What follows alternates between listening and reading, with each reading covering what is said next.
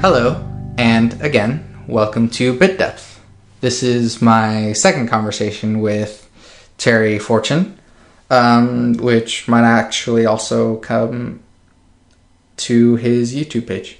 Yeah. So hi. Okay, so you've been like going into like politics stuff lately, and so what I've been like wanting to get is more of like, I feel like more people that I know are more on the liberal conservative side, and then we can even talk about what the heck that means. Yeah.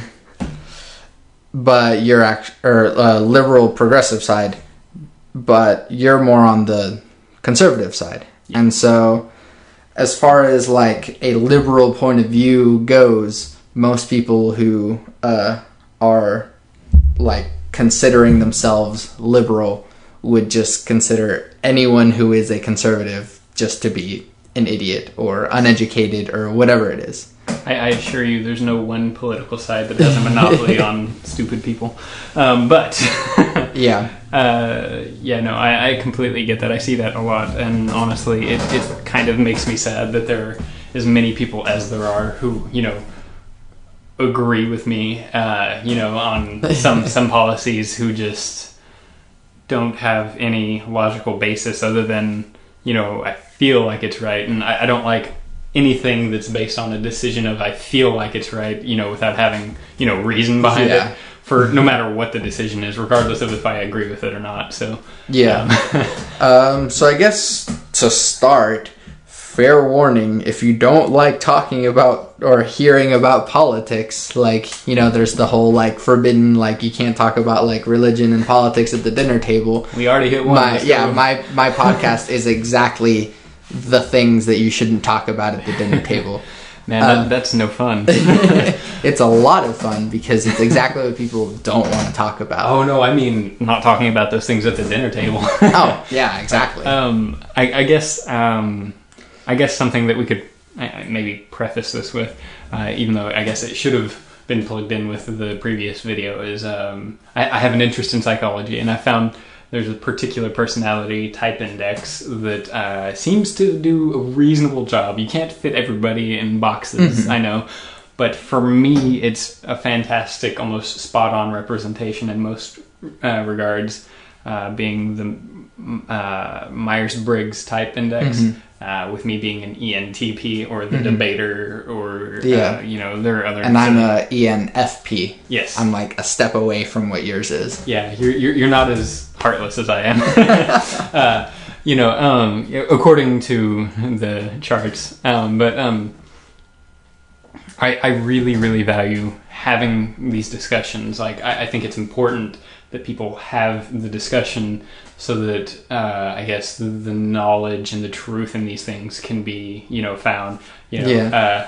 Just wanted to, throw that out there before we start any discussion. Okay. Which is good to know, especially mine too, because like, it sort of is shown in like the whole purpose of my podcast anyways, is just like, I like getting to know people, and then like, having people express their ideas, like yours is called the debater and mine's called the campaigner. Yes. I want to have other people embrace these ideas. And so, where I feel like I'm really similar to yours is that I like just communicating ideas.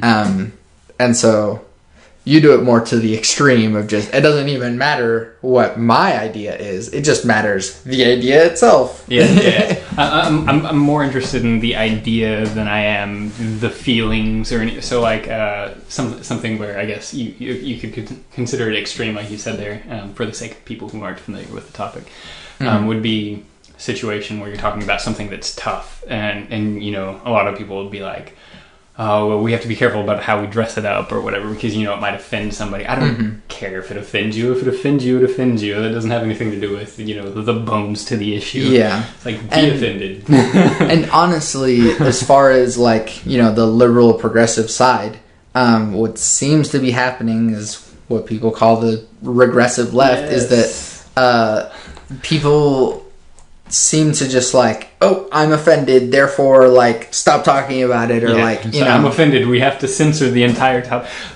Perfect example of that, without, I guess, taking over your sentence. I'm sorry, I'm really bad about this on things that I'm exceptionally passionate about talking about. Go for it. There was this really, I forget what university it was, but there was the situation where they took Milo Yiannopoulos, someone who you could probably consider an MRA or men's rights activist, and he was going to debate with a feminist, something, I think Bendel or whatever. She's a second waver. She's not a third wave into the, all of the regressive stuff. But, like, they were going to have this discussion, and instead of, letting the discussion happen, they banned both of these people from coming to the university. The funny thing is the person that they found more offensive wasn't the person who just like outright disagreed with them on every point. They banned the feminist first. They said, you're not allowed to come here, and then later they're like, oh yeah, and I guess Milo, you're not coming either. And he makes a living off of being offensive, right? And she's just like, I was gonna argue on your behalf, you idiots. Anyway, so again, the feelings thing was the point to that. If it has to do with your feelings, then it's kind of like your rights end where my feelings begin, as opposed to where my rights begin. Well, hey, trigger warning, right. We're going to be offensive. Oh, okay. And honestly, if I get kind of heated or whatever, I throw out some shits or whatever. So I mean, I'll try to not, go over the top. I think shit is probably my most commonly used curse word. But, there's the little red square for explicit on this podcast.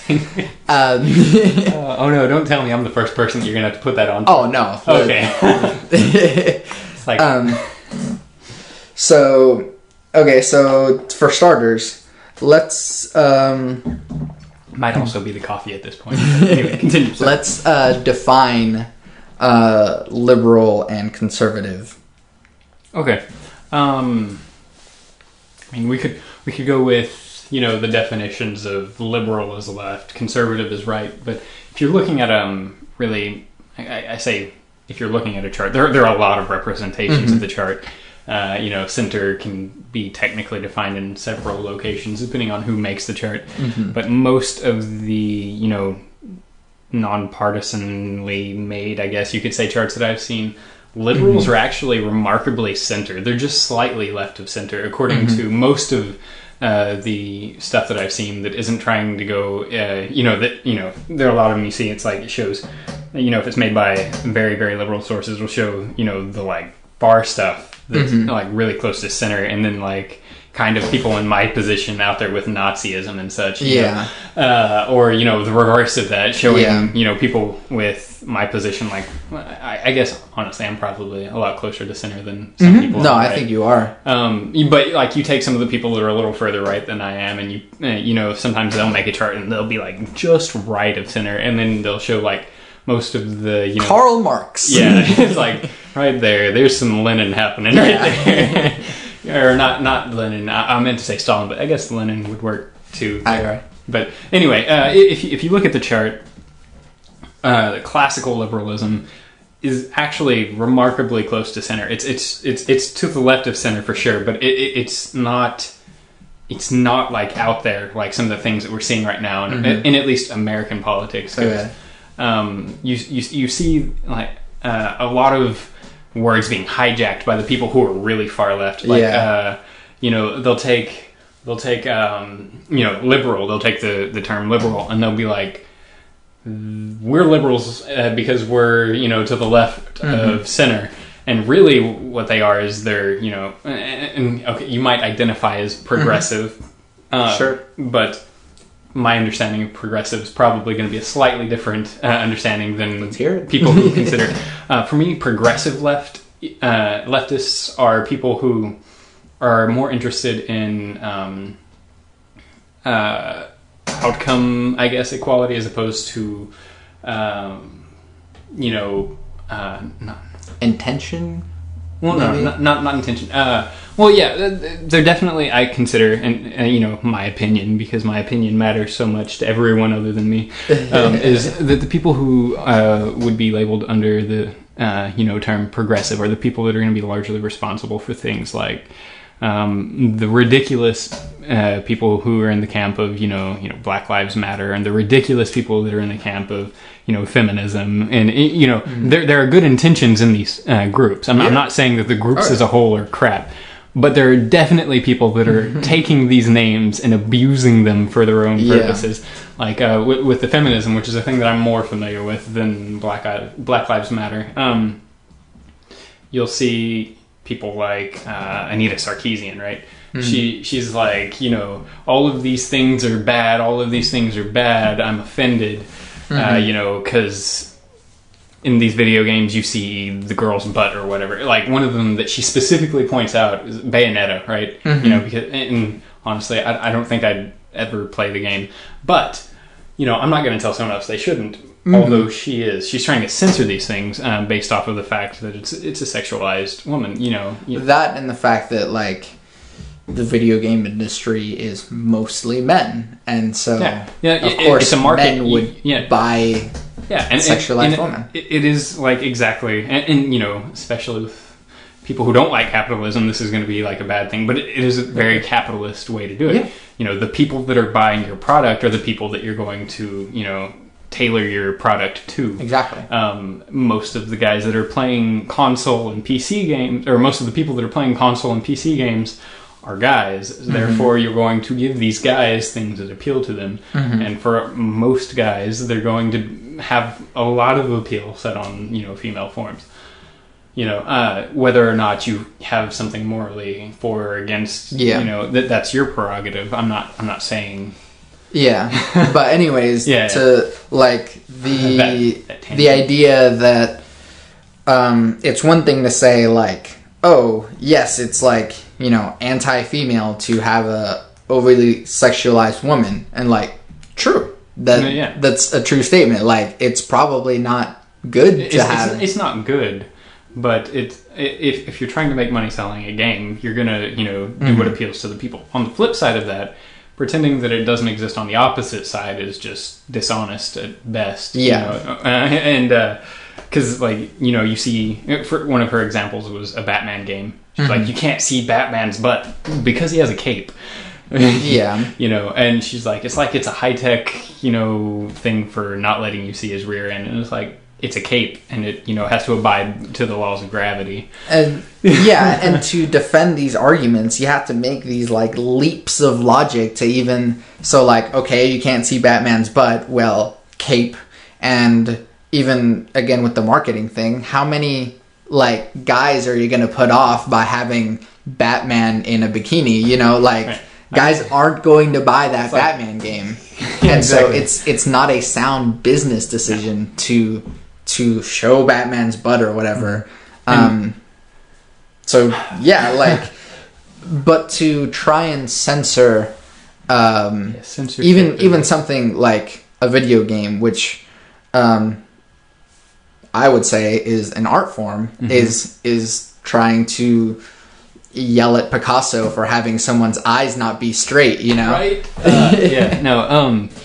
I guess one of my biggest gripes for most things from the left is the things from the left that I disagree with specifically. I don't have problems with everything on the left. I'm not like some political purist. If it's not an idea from the right, it's not right. I mean, well, I guess you could spin that in a way where it would be factually, unintentional pun, but all my puns are intentional.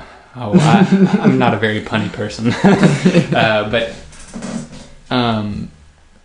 There are some things that specifically directly go against political values that I hold, like anything that would go against the First Amendment, regardless of if I agree what's being protected by the First Amendment, is something that I just, like, on a fundamental level do not agree with and will actively try to go against if it's a serious enough threat. And which is part of the reason why I don't care much for feminism in the way that it's mostly being portrayed, I guess, in the media. Most of the support you see from feminists comes from these, very, very, like, very much man-hating people, right? And it's like, and I know there's some people who are going to hear this and they're going to go, not all feminists are man-haters. Exactly. And you're right. Most of them even aren't. Like, pulling, statistics out of thin air, I would venture to say that it's a safe statistic to say up to maybe even 70% of feminists, like, disagree with a lot of the things that I'm going to talk about here. But disagreeing with something and not doing something about the things that you're disagreeing with are two completely different things. If you're going to let somebody hijack the name of your, ideology or movement and use it for these stupid, bad ideas, then, like, you have no right to really say anything against somebody who would, criticize that idea that they're hiding behind, Yeah.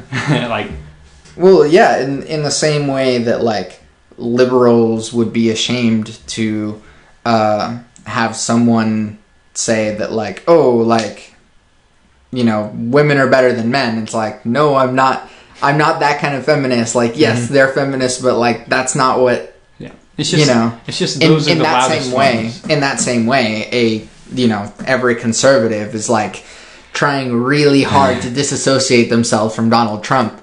Well, I don't know about every. There's a lot. Okay, for the record, I don't like Trump at all, and but, like, it's disheartening to see. Even more for the record, Donald Trump should not be a viable candidate. This is true.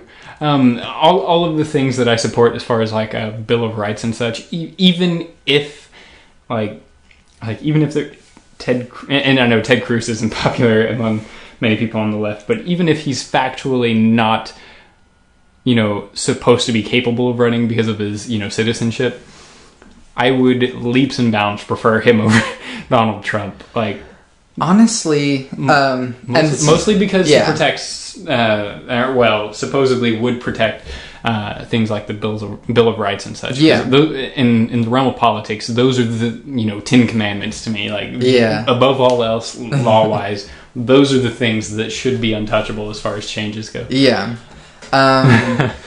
To go off on this tangent slightly, more of the reason I'm kind of terrified of Ted Cruz is that, like, he actually believes that God is speaking to him and that he's doing the work of God, and which is really terrifying. Like, even if he's, like, a real politician, knows what it's like to be a politician, has done all the work like normal politicians, it's really terrifying to hear someone say, even, like, for you as a Christian, for someone in politics to say, oh yeah, God talks to me and he wants me to do this. That's terrifying. I feel like he's probably trying to, and I don't agree with that aspect. just for the record, I think that was a stupid statement there. But I think he was probably, I guess the word would be pandering. I think he was just trying to pander to the people of faith, right? There's a lot more, like, background around it that I don't know the details for, but it's a little... Yeah, there's no politician that's perfect. Like, I don't think any of them are. Example, something that some people might think is interesting, for me being someone who considers himself conservative, and to me conservatism means, leave me alone, and I'm not going to mess with you because I'm not interested in messing with you in terms of, policies or whatever. Like, just leave me alone and let me do my thing, right? Yeah. That's what it means to me, at least. Everybody defines things in different ways. It's all subjective like that. But of the two people on the left that are I don't know how the primary stuff's turned out. I haven't looked at it in a couple of days. Does it look like Hillary's getting it? Right now, it's very favorably Hillary for some reason. But for whatever other leaps and bounds could happen, Bernie is still in the race. He's capable. Yeah, I capable, mean, but it's not unlikely. impossible. Okay. Like, of the two options that you guys have going on the left right now, I would, like, hands down, no hesitation, vote for Bernie over Hillary. And the people who might that would consider themselves to be on the right where I say I am, my reasoning for it isn't quite as straightforward as you might think. Bernie gets the office. He's he's openly a socialist. He gets no support from the right at all. On top of that, I'm sure that there are even some Democrats that would kind of be hesitant to jump on things that he would offer as far as ideas. And I would rather a lame duck president over Hillary any day of the week. Yeah. But and you know, that's not popular, I'm sure. But at the same time, that's also the reason why he probably won't be getting the nomination. Yeah. Well, most of the reason as to why I think most liberals that are supporters of Bernie, as to why they would fear someone like Hillary Clinton, is more that her values aren't even like really there, because she just wants power. She just is seeking whatever it is that favors her, and she'll say and do whatever it means to favor her. If she had a clear path to being the sole ruler of the planet, she would go after that. Like, in my opinion, and you know, if all you Hillary supporters out there disagree with this, I don't care. In my opinion, she's a terrible person. Well, a terrible person, but like, if you just look at the statements that she makes and the statements that she says after that are exactly the opposite. Like, counting the number of lies, like, not even on like a value point of view or whatever the lie was about, but just the amount of lies. If you just quantify her lies, it's off the wall, just even for a politician. Should just be enough for you to be like, I don't think so. Like sniper fire is a fun one that is passed around on the right a lot. That one gets a lot of attention for people who align with me or further than me to the right.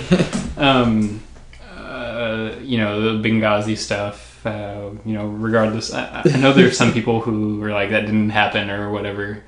I think I'm not familiar with that one, I don't think, but people died. That's what happened. Okay. She knew it was happening and, you know, let it happen. Is basically what it boils down to, without going too far into it. It's not particularly one of the things that I'm more interested in, so I don't have all the details on it either. But basically it comes down to she let people die, then lied to the families and bad things. You know. That kind of just falls under the everyday job of being a politician. I think anyone would have made that lie. Well, any politician. Making the lie that directly resulted in the people dying, though. Okay. Yeah. That's different. Yes. Yeah. And then lying to the family about why they died. Yeah. Not even that they died, but like why. Yeah. It's like, it was a YouTube video. Yeah. By the way, I highly, highly recommend to everyone who has Netflix, watch House of Cards. That is a darn good show. And even if you have like basically no understanding of politics, like, that show has helped me better. Yes, it's fiction, but like, it's pretty well grounded. Parables, right? Yeah. That show has helped me understand politics a lot better and hate politics so much more. You had mentioned more how, like, for you it's the policy rather than, like, you know, so some of like the beliefs or whatever. It's the policy that matters. And so, for you, like, what is the number one, like, policy that you're like, don't touch this? I think you're like the Bill of Rights. Yeah, like most of the things in the Bill of Rights are basically like there. Like, don't, and there are things beyond the Bill of Rights that are in that same document, really, that I think are equally there. But it's like, just, you know, for the sake of shorter conversation, the Bill of Rights, like, that is a thing. that I think needs to be, not just like protected in the sense of like, don't put people in office that are going to try to dismantle it, but also it needs to be something that people are more educated on. I personally have had discussions with people that I work with. Most people don't enjoy having discussions on politics. So, bad idea. Don't do what I did. But, I'll probably end up doing it again. Started a discussion on politics just for the fun of it. Because, it's political season. People are going to talk about these sort of things anyway. Yeah. Best excuse in the world right now to talk politics with people. I love it. Being someone, who likes to discuss things. But started a discussion. I think, with the exception of me, every person in the discussion was black. I don't know, what people's preference are for descriptive there for the race, but like black is correct. Again, I don't particularly care as long as it's not like overtly intended to be offensive. I know I've had people fly off the handle on me for saying black, for saying African American. It's just Yeah, well, African American is a ham-fisted way of like, look at how hard I'm trying not to offend you. Yeah. Black is just in the middle enough to say like, yeah. Well, anyway, yeah. This part of the conversation doesn't have to be in it. But anyway, a bunch of guys, and I'm the only white guy there, and I think it was 4 dudes other than me. We're talking about the stuff, and I was like, they were talking about, something, I don't remember what it was, but then they kind of in passing said something about, well, this country from the start's just been a crap fest. And I was like, and again, I value ideas. I was like, the ideas that this country was founded on were fantastic ideas. Like, there's no argument that you can stand on that. And they're like, what are you talking about? Slavery? And I'm like, no. Slavery was awful. But nowhere in that document did it say there will be slaves. If anything, the best, criticism that you can have of this document on that topic would be that it wasn't specific enough in granting the freedom to people of not being slaves from the get-go. It had to be amended into the thing because people just were not, I guess, good enough to just be like, yeah, that's a person. The thing says the people have these protections, and then they're like, oh, but I bought this person. It's still a person, and, So it wasn't even a problem with the document itself. Yeah. It was the problem with the people who were enforcing the document. Yes, exactly. It's de facto law versus de jure law. I'm not familiar with those terms, but you don't have to. It's actually a really simple description. De facto, and it's Latin. De facto being law as it factually exists, and then de jure, and I might be getting it backwards, but basically one is law as it is written, the other is law as it is enacted. Okay. And you get Jim Crow laws. It's like, technically black people weren't slaves, but they basically were slaves. But anyways, your discussion with these people. They started, just immediately just going off on me about, well, how can you support something? And it's like, have you read any of this? It's like, the ideas were sound. Like, the criticism, the best criticism that you can have coming from it is that they weren't specific enough in some areas. And, it's sad that you have to be that specific if you really think about it. Hey, but that's what a law degree is. Right. But like, even like we've come so far at this point that some of the areas, and there are going to be people that are going to be automatic contradictions to this statement, but I feel like we've come far enough as a society that those things that were omitted from being specifically prohibited, like, won't happen for the most part anyway. For the most part, there's still some things that are unfortunately having to be debated, but we'll get through those. People aren't really dying over the gay marriage thing. I don't think gay people should be prohibited from marrying. That's their decision. It's not affecting me. But Which is where sort of the extremes in the like partisan politics have sort of taken over the conversation, where it doesn't even really need to be had. For someone who, leans a little bit right to say like, yeah, it's fine. Yeah, it's like they're not doing anything to me. Why do I care? And that's fine. Like even the religious argument against allowing it kind of falls apart if you look at it in the sense that you're not really supposed to hold people to your faith's standard. Separation of church and state. I mean, not even that. Like there are things in the Bible. Something that Craig Groeschel actually went over somewhat recently. Okay. Life Church. Yeah, Life Church. Where he's like, look, guys, you don't judge people who aren't in the faith by the standards of the faith. I mean, for one, like, it's just stupid. People aren't going to like the faith. I mean, and for two, like, they already don't subscribe to the ideas. Why does it matter that you enforce the ideas on them? But anyways, so then you have like the extreme conservative side that like you can't even really call it that anymore. It's just like just bordering fascism on the side of Trump, and then like I can't say that like Bernie Sanders isn't a socialist because he is, but the whole taboo around the idea of socialism is already like.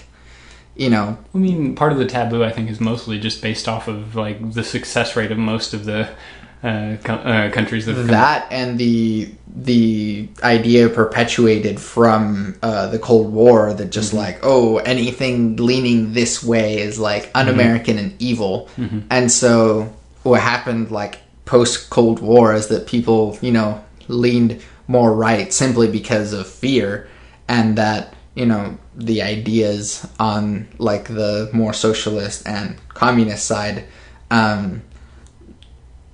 aren't as bad ideas. I don't think in that, principle in the same way. I was going to say I don't think in principle that those things are necessarily bad or evil.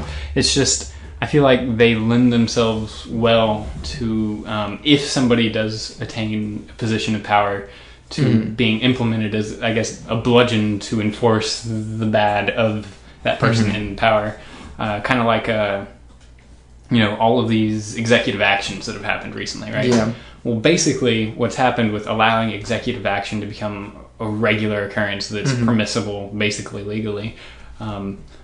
If somebody like Hitler, like maybe even Donald Trump, like I don't want to like go out and say he's disgusting. Like there are a lot of bad things surrounding his campaign, and like I don't agree with him at all. But like. I still don't necessarily think that it's fair, maybe yet, to compare him to Hitler. So I'm going to just say Hitler instead of, and kind of leave the Donald Trump thing alone here. But like, if a Hitler-like person were to take power after having the way paved for them to be able to just bludgeon their will into being, like, bad things are going to happen. So like that's one of the main criticisms I have against kind of a socialist kind of thing. And I know that democratic socialism, supposedly, the will of the people, you've got the ballot box. But, so much voter fraud has already been, like, factually proven to have happened. I don't trust... And this could be the... okay, something else. We've been, I guess, identifying me as conservative. I'm, like, on the line on libertarian and conservative. And, so...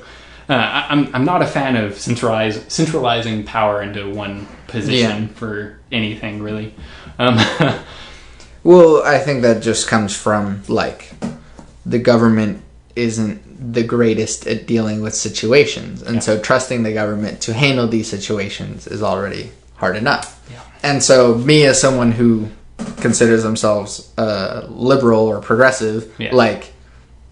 I can understand that point of view. Yeah. I do understand as like an immigrant, like that the way that the government handles even that side of things is like really crappy, because my brother has like it's taken a long time for his whole stuff to be processed, and they just like need to even like I'm not gonna get into the details of that because it's like sort of like personal or whatever. But just for like stuff to take this long and be done this like and crappily. that kind of thing is exactly why I don't like the idea of the government having anything to do with healthcare, or the government having anything to do with. Really, I don't think the government should have anything to do with marriage either. But that's I don't think there are a lot of things that I don't think the government should have any part of, because typically whenever there's a problem with something, that you can usually find that problem rooted in the existence of the government's influence in that thing. It's like, it's just the bureaucracy just ruins everything. I don't. Not a fan of the government, I guess you could say. I mean, I'm not either, but there probably different reasons. There are definite reasons why we should have a governing body, in this sense of just basic things that we need. I'm not a fan of high taxes, but that doesn't mean that I'm saying, we shouldn't pay for a police force. No, we should have a police force. In fact, there's some problems that we have as a society where part of the problem is we don't have enough money going into the police situation. Or going into, more importantly, education. Yes, definitely. I'm not saying education's not important. It was just it's first thing that popped up. But the fact that we value military much more than we value education. Exactly. And that's exactly I think that the reason for, at least for me, the reason for supporting movements like Bernie Sanders, even though I don't particularly trust the government, is that I think that having a larger number of people actually care about the problems that Bernie Sanders is addressing is a good step towards us as a society. And being a person that I can't be very involved in politics, obviously, but being the right. Well, no, you can. I'd rather society value the things that a Bernie Sanders candidate values, rather than the values of a Donald Trump candidate. Yeah, and again, I can't stress the fact enough that I don't like Donald Trump. Well, I know, but I'm using the two as the extremes. I get you there. Again, I guess this is something that I think is a valid criticism of both Sanders and Trump. Is I'm overly analytical in a lot of areas, and one of the things that I really don't like, even though I completely recognize this is a very effective way of communicating, is I don't like appeal to emotion as it is used in politics. I mean, I understand it's a fantastic tool. It is exceptionally effective. Yeah. But I don't like the use of it, because it's very often used in dishonest ways or misleading ways. Yeah. And Sanders and Trump are both pretty good at doing it. Yeah. I mean, all of the candidates really are. I think the only one that really tried to stay away from it a little bit, from what I observed in most cases, was Ben Carson. He wasn't usually too big on the appeal to emotion, from what I saw. I mean, I'm sure that if you've got anyone who's going to be listening to this, who's going to fact check everything that I say, we are human beings, right? Don't understand. In my experience 100%. Of what I've seen of him, he wasn't very big on being a demagogue, I guess you could say. However, that's something that is exactly what Trump is. Everything about his speeches is he's being a demagogue. I could say maybe not to the same degree as Trump, but with, I think, reasonable accuracy, that Bernie Sanders is also doing exactly the same thing there, and the method of communication. Yeah. And that turns me off to any candidate. Yeah, it's more of a call to arms that I'm angry about this thing and you should be too. But the difference is that at least Bernie Sanders uses facts to make people angry. It's a call to emotion, but it's only a call to emotion if you understand how facts work. Yeah. And I'm not saying that necessarily everything that either of them really say. I'm sure there are some reasonable there's got to be more than some because of the amount of support, but I'm sure that there are some reasonable things that I could find that I would agree with Trump, and it hurts to say that, but I mean, certainly. Anyway, it hurts. I'm telling you, it hurts. Okay, so we've gone on this just like random tirade of like politics stuff. Yeah. And we've probably even gone like much longer than my normal podcast anyways, but I don't really care. So I did want to, your ears perked up whenever I mentioned immigration. And then the other thing I was going to bring up is an interesting question that I've been thinking about. I brought it up to Ethan yesterday, and we just kind of talked about it for a little bit.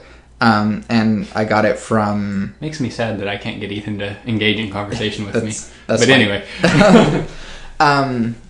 And so, I'm sorry, but Ethan's not going to be on this podcast.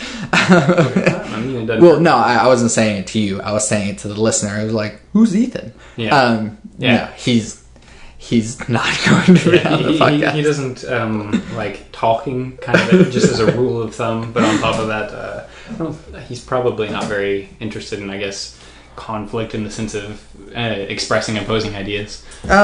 Sure, but I would love to have his point of view. It's just that it's not a comfortable situation that he would want to be in, and it's not a comfortable situation that I want to put him through. In, yeah. But anyways, that's the F in your ENFP there. And so let's start with the immigration thing that like you were just like starting on. Go ahead. That was something that I was going to point out about, of the people that are still in the running for the Republican nomination. Like Ted Cruz is probably, I mean, I'll be honest, he's the guy that I voted for in the primary. I don't necessarily agree with him on everything. One of the things that I don't agree with him on all facets of is his immigration stuff. I don't think that we should make it impossible for people from other countries to get in. Mm-hmm. I do think that we should probably have a wall, and that's one of the things that Trump has, that it kind of... There's a stigma attached to it just because Trump supports it. But not because I'm like, keep people out, because we legitimately have some issues as a result of having a porous border on the South. And some of those things we would be doing very well for, especially in some Texas and probably also some California areas, to try to put a stop on, be it, drug trafficking, or even something that a lot of people who are anti-gun should be in favor of the wall for, is stop guns from coming across the border. Okay, so this isn't even like about the presidential candidates, but it's really just more of a to have this sort of conversation that, so in most cases, the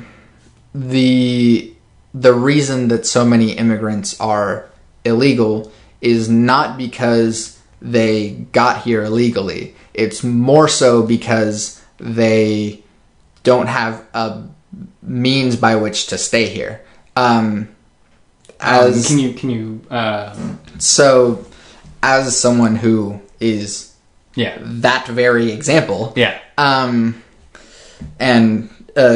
so right now I am legally in the country. You are? Yes. Ooh, awesome. I mean, not that I was like, I hate you because you're not. No, I think you're an awesome person. Yeah, well, and examples like you, examples like you are like exactly why I'm like, no, we shouldn't bar everybody from coming in. That's stupid.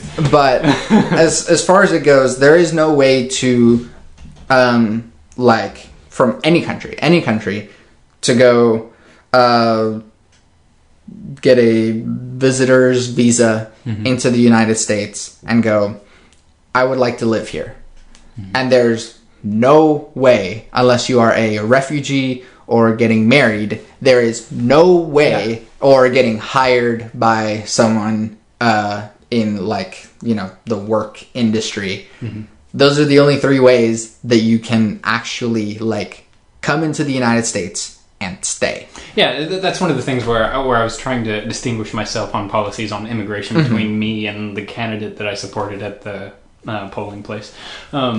He's like, from what I understand of his position on immigration, and I'm sure most people would agree with this, he's basically just outright opposed to, you know, letting people get into the country easier and stay. I don't have a problem with you know, most people coming into the country and staying.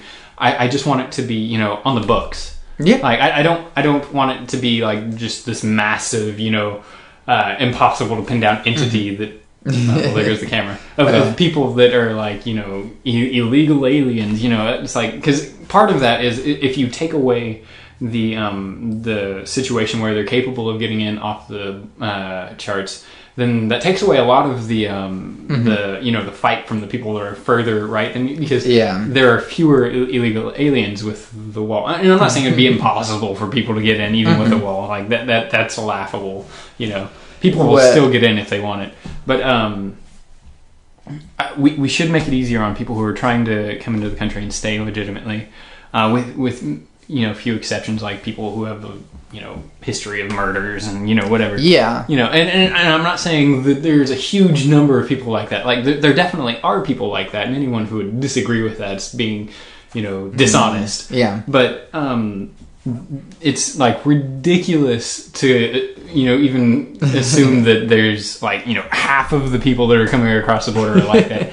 I'm sure that the people who are coming across the border like that are probably, what's the term, the coyotes or whatever, that are going back and forth. Like, yeah, they're coming into the country, but they're going back so they can get more people and bring them, you know, they're doing it for money. Actually, like, as far as statistics go, there's probably more serial killers already in the United States than there are coming into the United States. That is not a problem. No, at any given moment, I believe there are, I think, was it 36 uncaught serial killers in the U.S.? Yeah. From the U.S. Yeah. No, I'm not saying from anywhere in particular. I'm just saying, like, just in the U.S. I think at any given moment there's, and this could be old data. It's just something that I specifically recall from something I studied. Because but yeah, to say that, like, oh, there's a large number of murderers coming from other countries into the United States, like that's not true, because more serial killers are already in the United States. And that speaks volumes to say that there are fewer people coming in than what already exists, and that number's in the double digits. Yeah. And so, but again, for someone that's gone through this myself, that it is just impossible to come here and stay. And that's something that needs to change. Like that is something that needs to change. And as far as it seems, there is no candidate on the Republican side that has any remote path for citizenship. In fact, would further restrict the path to citizenship. I know, and that's something. I feel like it's going to take multiple candidates for us to get to a point like that, honestly. Like, I mean, when I say multiple election seasons. Yeah. I honestly think that a lot of these problems... I talked to my brother about this on our podcast, but that a lot of these problems to where people are sort of like more intolerant or whatever in these cases is because they haven't actually like known any people who fit in that mold. And so it's kind of funny because like most people that I talk to and like, you know me well enough, like if they ever held the view before, it's like, oh, go back to your country. If they ever held that view before, I've never seen it, because as soon as they get to know me, they're like, oh, I'm going to be this fair, is an actual struggle that people have. The ENTP in me is going to flare up here for a second. There are legitimately some people that I've seen, and I'm not saying there's a lot of people like this, but there are some people that are just like horrible for the movement of trying to get that idea out of the people that are like that on the right, because they're like, and it's like this in all camps of everything. Basically, they're exceptionally inflammatory people, and there are people that are like, you know, screw all the white people, get them out of here, and then white people who are like on the fence of being like, maybe I don't know. They see that and they're like, this person hates me just for existing. Screw them. Get them out of here. They don't need to be here. And it's like, you know, it's one of the issues that I see a lot coming from the left. And I see it on the right too. But, you know, based on perspective, you see things in different lights. I'm not going to deny that, depending on what direction it's coming from. Yeah. A lot of people on the left that are like diehard opposed to everything that I stand for, you know, just based on the fact that I identify myself as not being from the left, you know. They go, you're a bad person because you don't agree with me. And then like they just try to stop the discussion there, right? Exactly. So like, and this happens on the right. I'm not denying it. Like it happens everywhere. Well, it happens within the left. The most recent conversation between Sam Harris and Omar Aziz is just an example of like people on the left who agree on most things and are just destroying each other for stupid reasons. Like Dawkins getting no platform. Yeah. It's like, are you serious? But yeah, with that example too, is like the people on the right who are just like, well, why should I support these Black Lives Matters people who just try and say that like black people are stronger than white people, like, but Black Lives Matters people don't, like, they don't think that black people are stronger than white people. It's just that there's like a small tinge of them that are just crazy enough to believe that, and then the rest of them are just fighting for equality. Something I'm gonna make a plug for another channel altogether that I watch a lot of. There's this British guy. He's mostly known for his stance against I don't even want to say radical feminism, because that's more of a second wave thing, but like third wave, like current modern feminism as it exists, that's trying to push all this censorship. Like he's very much known for being against that. But there's this video he did called Black Hitler. If you go on YouTube and you Google Black Hitler, you will find that is the kind of person that I dislike in the Black Lives Matter camp. Exactly. Like he... Oh, okay. It's like it baffles me that someone can be so exceptionally like just misinformed is what it is. It's not even that he's stupid, because he's done research, right? But he's done research specifically on things that go into this one thing, and like they don't even have a historical basis. And the excuse that is always thrown out is, oh no, it's because that history is whitewashed. And you know what? History is written by the victors. I don't deny that, but it's silly. To that extent is not even an honest portrayal of history. Yeah. But anyway.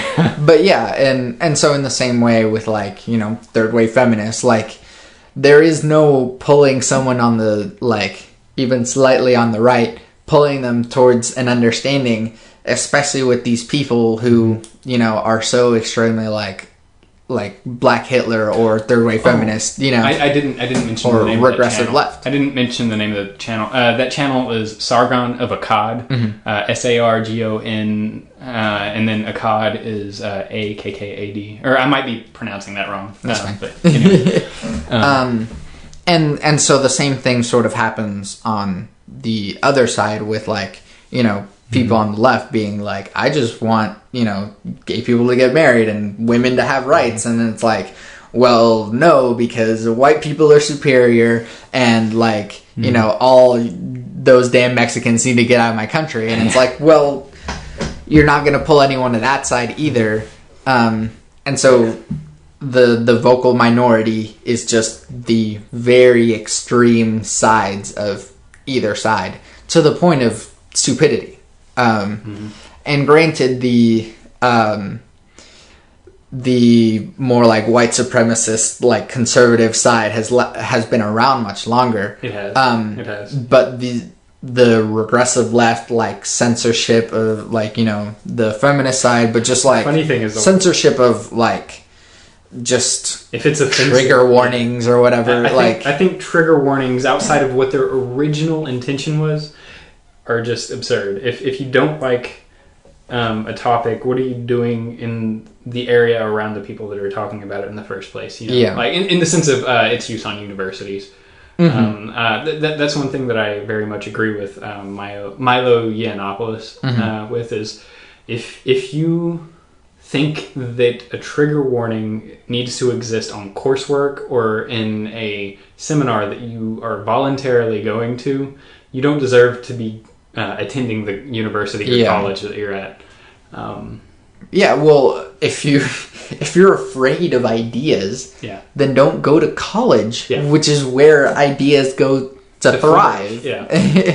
And so, and I have had like this experience with someone at UCO where someone like got into, not on like the left side, but actually on the right side. That they like were not having like they were arguing with teachers because they didn't like. Those are my favorite kind of people. It's like you're in the class and you're arguing with the teacher, probably over something that is completely irrelevant. Yeah, exactly. And so this kind of dude, like, I wanted to, but then I like decided against it just because like a little bit of like, I already treat you nicely and I don't want you to like get mad at me anymore or whatever. But like, just to come up to him and be like, I know that you're very strong in these beliefs or whatever, but why are you here if you're not going to change your mind about things? The whole point of college is not necessarily to change your mind, but just to have your ideas like challenged, be molded and shaped and so if you're not going to let any new ideas in, don't go there. Yeah, that's one problem that I have with, I guess, English in the university level. There are professors that I would say probably unfairly bias to the left. Like if they say, write about these things, but only these things, right? Something that I experienced recently at OSU, OKC. I just for the sake of maybe understanding their point of view, but it might be because a lot of literature and like currently regarded literature is kind of more older, and so the point of view is sort of a more conservative point of view, and so to try and analyze. Well, the specific thing I'm talking about here is she's talking about, and I don't have really anything against the TED Talk stuff as a whole. There are just certain things that they kind of roll out with, and I'm like, and she was like pointing out specific TED Talk things and like things that are like kind of more of an ideological thing as opposed to, you know, and I was like, it's like I get it. You want us to write about things that interest you, I guess, maybe, but like restricting us to talking about these things and only talking about them in a specific manner. I'm like, because like again, anytime that you're bordering on censorship is already like, you know, that's a quick way to push my buttons. If and again, as someone who considers themselves a liberal, you should be free to say whatever you want. If it's actually a liberal principle. If it's really stupid, then you have every right to be treated like you're stupid by the people who disagree with you. It's exactly the same idea as I guess it's ideological capitalism. I guess you know, if you have a product and people like it, they'll come back to you for this product. If you have an idea that people like, they'll come back to you for more ideas. You know, and if you have a bad product, nobody's going to want to have anything to do with it. If you have a bad idea, nobody's going to want to have anything to do with it. You know, and so all ideas, and I think you would agree with me, all ideas should be analyzed and criticized. Yes. And so I don't think that there's any topic that should be off limits. And that's something that is probably wildly unpopular on both sides if you go far enough to the end. And for anyone to go, well, that's just not a question that should be asked, is is why not? the worst worst way of. So for someone like me being an atheist to go like, does God exist? And for someone like on the far right to go, you can't even ask that question. But then it's like, it's like, but why did people have slaves or whatever? Like, or didn't slaves do a lot of the work? Don't we have a lot of the industry that we have because of slaves? Like, no, that's not a question that should be asked. Like, slaves are bad. And it's like, every idea has to be open for discussion, even bad ideas. Yes. We kind of went off on the immigration one thing, but like I think that we thoroughly went on that one. On the gun idea, so Chris Ryan mentioned it on his podcast, tangentially speaking, how for the sake of I overheard a little bit of this discussion between for the sake of this and I don't know if the camera I don't know it died. Okay, well so what's happening here is I'm handing Terry my phone and get into my phone. He's sliding it and How old are you again? I'm 20. But it doesn't matter. Okay. Well, that's usually the go-to. I've done a little bit of hacking in the past. Yeah, that's fine. But as it goes, you don't have a way into my phone right now. That's arguable. This is an iPhone. Anyway, I get the point you're trying to illustrate. Within 30 seconds, you don't have access to my phone. As to where if I easily just put my thumb here, hey, look, my phone's unlocked. And so, why not the same for guns? The primary thing that I have against the fingerprint thing with that, and it's completely aside from maybe something's happened and you've got maybe blood on your hand or something already, and it's going to cause that print to not read correctly, and the gun's not going to work. Aside from malfunctions and such, that's outside the point. No, I'm assuming you're talking about the fingerprint scanner. Yeah. Okay. Yeah. Aside from the possibility of a malfunction, far detailed. Well, I mean, I don't think that the bloody print thing is necessarily that off the wall, considering the nature of the item. Let's start with the principle here. There has been a documented situation. The guy who came up with the first fingerprint scanner for a gun, he made the product, right? This is why, while I think Eric Holder was still holding the position, I don't think he's in that position anymore. But Eric Holder was wanted to talk to the guy who came up with this. He's like, "This is a great idea. I want to make a database that's directly connected to our servers." Ooh. Yeah. Now you see where I'm going, right? But that's the difference, though. That if you have a database of people. That's bordering on wearing the Star of David, Yeah, exactly. And the reason why I'm opposed to the fingerprint thing is because let's say it doesn't happen at first. Eventually, something's going to happen. Like Apple and was the FBI right now. Yeah, the government's going to want access to this. And Apple is on the right side here. Yeah. No. Privacy. I'm not saying that you necessarily disagree with where Apple's at. But the government has already specifically expressed interest in taking this technology and abusing it. Yeah. If it wasn't for the fact that I already know that the government's pressured the guy who came up with this into doing this, I really don't have too big of an argument against it. I don't really care too much one way or the other aside from that, other than it could potentially put an unnecessary step in there to one actually having to defend themselves in a home invasion or something. I don't think someone should someone defending themselves should die based off of a failure. Okay, so but that's my primary bone. And so to sort of lay out a little bit on the technological side, people who listen to my podcast knows that I really value technology as far as progressing society. But, let's say I just push the button, my phone's unlocked. Like, that's the amount of time for this product in my hand for my thumb to be there and then be unlocked.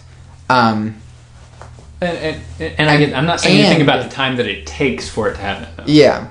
And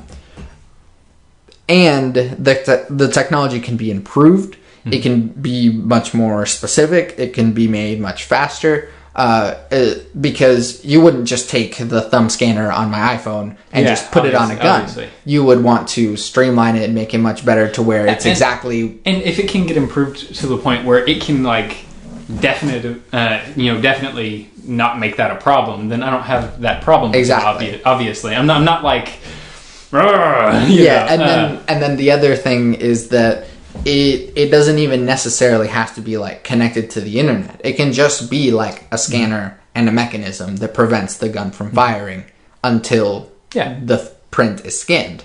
And so and I'm not saying that I discount the positives to what would exist with this. There are some definitive perks to having this be there. Like, kids aren't going to pick it up and just shoot someone or themselves. Exactly. It's going to stop people from stealing the gun and, using it immediately. I'm sure that there'll be a way that they can, yeah, sure. remove it. But, criminals are going to be criminals. Of course.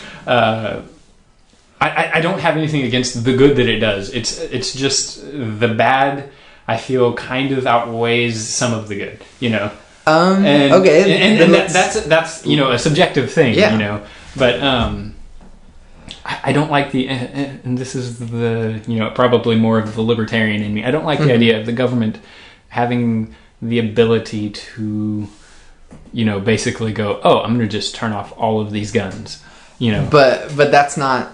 That's not what it is. No, I know it's not. It's just the fact that there's already been an expressed interest in not necessarily doing that, but like basically setting the groundwork for it. And I know this is basically a slippery slope, logical fallacy. Yeah. But there's also a fallacy saying that just because something is a fallacy doesn't mean that it's necessarily inherently wrong. In this case, I still think the slippery slope is getting more fallacious than the other points that No. I know. I'm just saying that because of the inherent dangers there, I can't fully back the idea. Like I do like the good that it would do, though.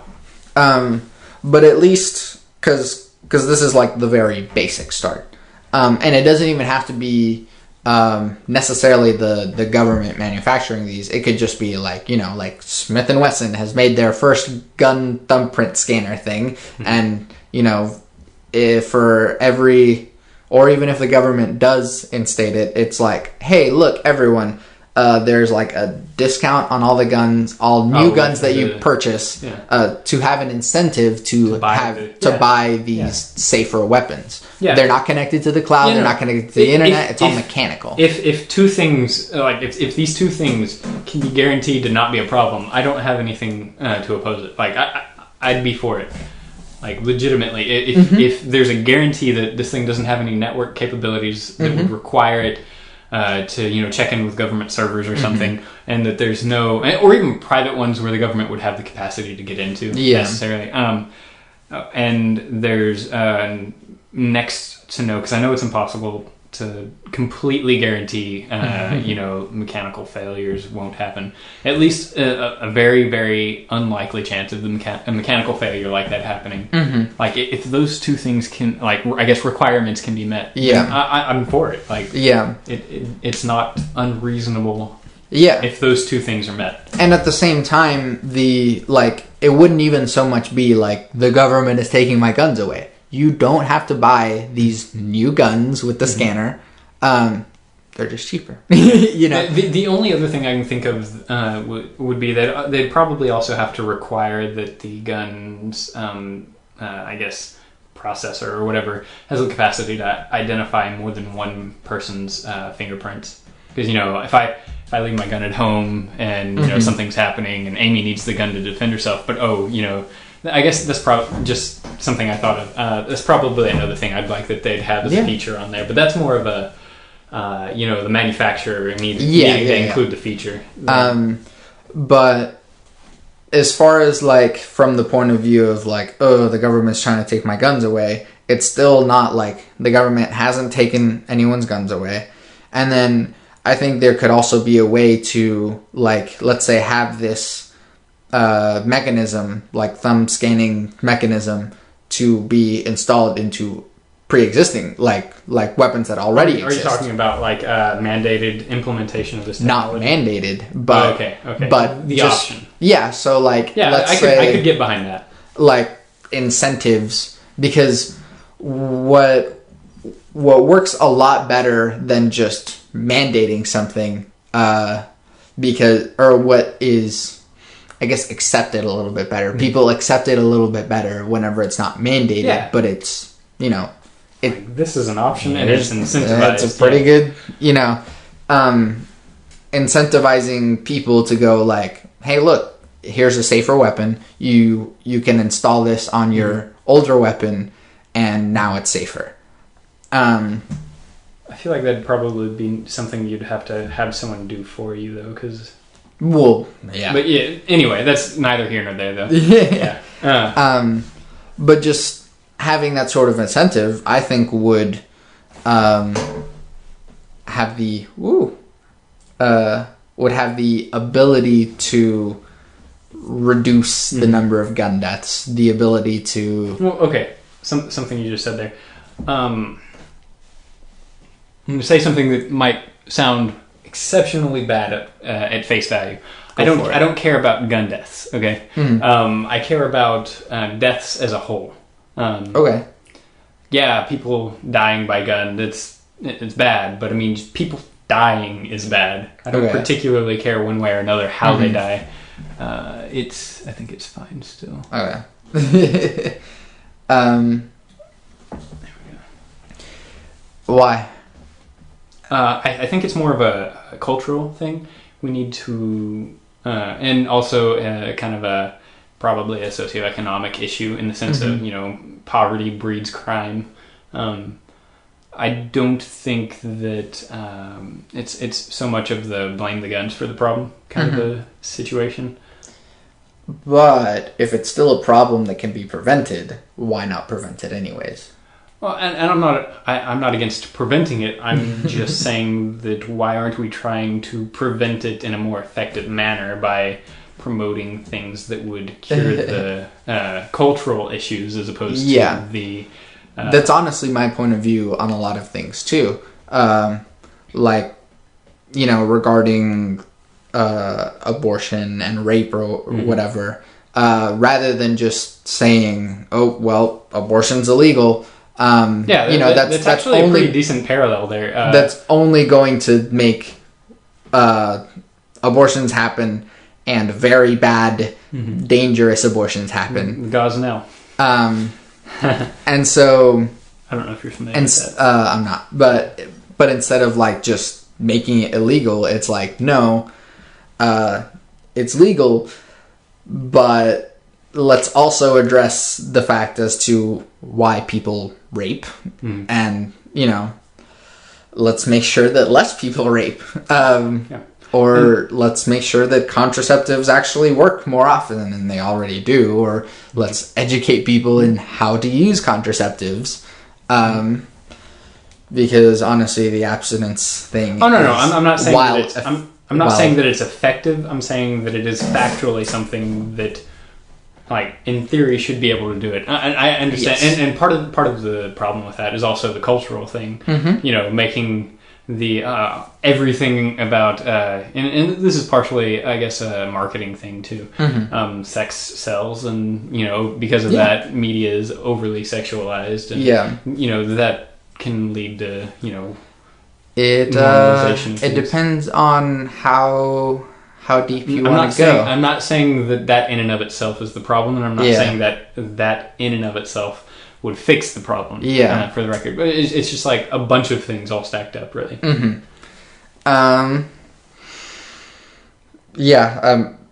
If you want to go like deeper into like why does sex sell, and then like no, because I understand. Humans we're like sex. Yeah, I was going to say we're basically hardwired into that one.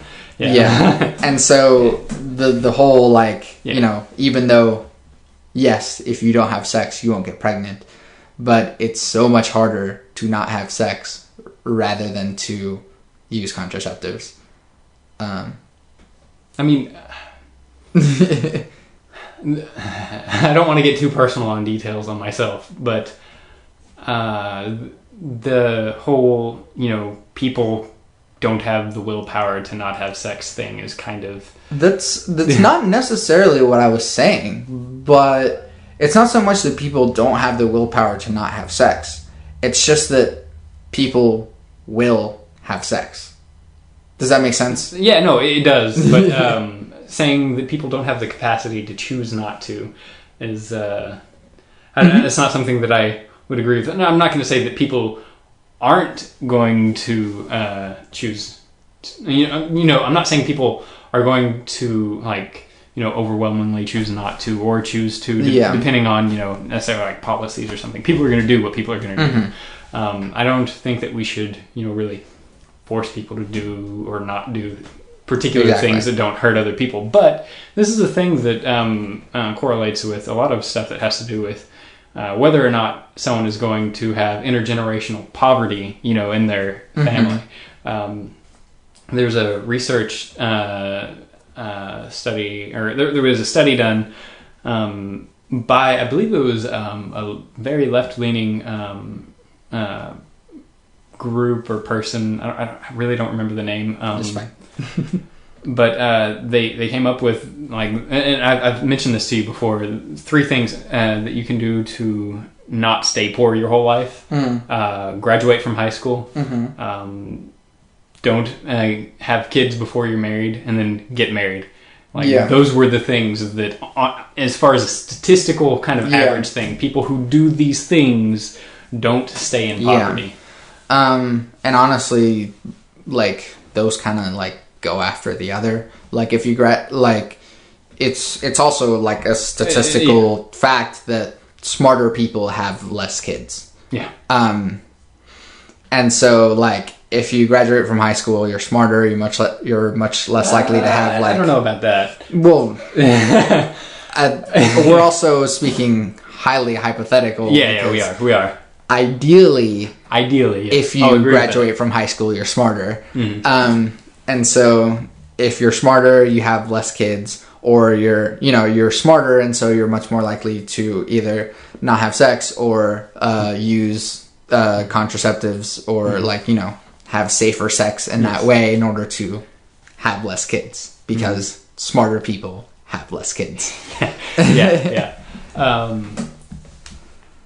I had a tangent. I will avoid the tangent. Well, honestly, this is almost what? Probably around almost hour 45. Okay, so yeah, fun. Yeah, this has been really good. Definitely my favorite person to have these sorts of discussions with. You're one of the few who won't back out with the tail between their legs. Yeah, I don't normally enjoy politics discussions, either because people discount my points and fall into character attacks, or that would never happen. I try to avoid character assassination as much as possible. And so I do particularly enjoy, because I can just say okay, let's say hypothetically, all men don't have penises, we just be able to go down that tangent and still have that discussion. Yeah. And I'm glad that you're able to have that discussion rather than someone just going, but why would all men not have penises? That's not the point. Yeah. It's just a discussion. And so, gladly, you're another of those people that I'm able to, have a tangential and somewhat useless discussion about hypotheticals. Those are my favorites. However relevant or irrelevant they may be to modern society. And so, once again, plug your stuff. Mr. and Mrs. Fortune's really the only thing I got, and I almost hesitate to connect the ideas expressed in this to that channel because Amy doesn't particularly care for, not necessarily all of my ideas, but she doesn't like the idea that I'm not, I guess, conflict averse. somebody expresses an idea that I disagree with, I will pursue understanding why. Yeah. Or if they even have a good enough reason why. Well, she can rest assured that if anyone goes to your YouTube videos and starts commenting, that she will not be the one handling those conflicts. Yes. Trolls are my favorite. Yeah. Trolls are great. Yeah, they're fun. You could either starve the troll to death, or you could feed them so much that they explode. Yes. I firmly believe I would make a fantastic troll had I not met Amy. And so, again, and I think everything else, Twitter... I'll just give you, after the fact, so that you can, retroactively plug in. Because I assume there's a description, right? Yeah, there's. Okay. And thanks for listening. My 3 things. Love never fails. It's going to be okay. I might be wrong. Thanks.